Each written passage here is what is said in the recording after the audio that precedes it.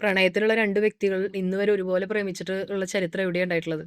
2 വ്യക്തികൾ പ്രണയിക്കുന്നു. ആ. രണ്ടുപേരും ഒരുപോലെ പ്രണയിക്കുന്നു എന്ന് നമ്മൾ വിചാരിക്കല്ലേ? ഉം. ഒരാൾക്ക് മാത്രമായിരിക്കും ശക്തമായ പ്രണയം. പ്രണയം മറ്റേ ആള് പ്രേമം അഭിനയിക്കുകയായിരിക്കും. ആയിരിക്കും അല്ലേ? ഇത് തീർച്ചയായും. ശരിക്കും പറഞ്ഞാൽ ആരും ചോദിക്കാത്തൊരു അത് ചോദ്യമാണ്. അതെ സത്യമായിട്ട് അതാണ്. കാരണം മറ്റേ ഒരു കാമുകനും കാമുകിയും ഉണ്ടാവുമ്പോ അതില് ഏറ്റവും അധികം ഒരാൾക്കായിരിക്കില്ലേ സ്പാർക്ക് അതെ തോന്നിയിട്ടുണ്ടാവുക. അതെ അതെ അയാളാണല്ലോ വന്ന് അതെ പറഞ്ഞിട്ടുണ്ടാവുക. അതെ അതെ. അപ്പൊ മറ്റാൾക്ക് ഓൾറെഡി സ്പാർക്ക് ഒന്നും ഉണ്ടായിരുന്നില്ലല്ലോ. ഇല്ല. ഒരാൾ വന്നിപ്പോ എന്നോട് പറയണു, ടീച്ചർ എനിക്ക് ടീച്ചറോട് ഭയങ്കര ഇഷ്ടമാണ്. അപ്പൊ അതുവരെ എനിക്ക് ആ സ്പാർക്ക് ഇല്ല. അതെ. ആ. അയാളുടെ ഉള്ളിൽ മാത്രമേ ഉള്ളൂ. ആ ഉം. സ്പാർക്ക് ഒരു ഒറ്റയടിക്ക് എൻ്റെ ഉള്ളിലേക്ക് വരുമൊന്നുമില്ലല്ലോ. ചിലപ്പോൾ അയാൾ 6 മാസം മനസ്സിൽ എന്നെ ആലോചിച്ച് നടന്ന് താലോലിച്ചിട്ടായിരിക്കും എന്നോട് അത് വന്ന് പറയുന്നത്. അതെ. അപ്പൊ 6 മാസത്തെ ആ സ്നേഹം അവിടെ കിടക്കുന്നുണ്ട്. ഉം. അപ്പൊ ഞാനിവിടെ ആരായി?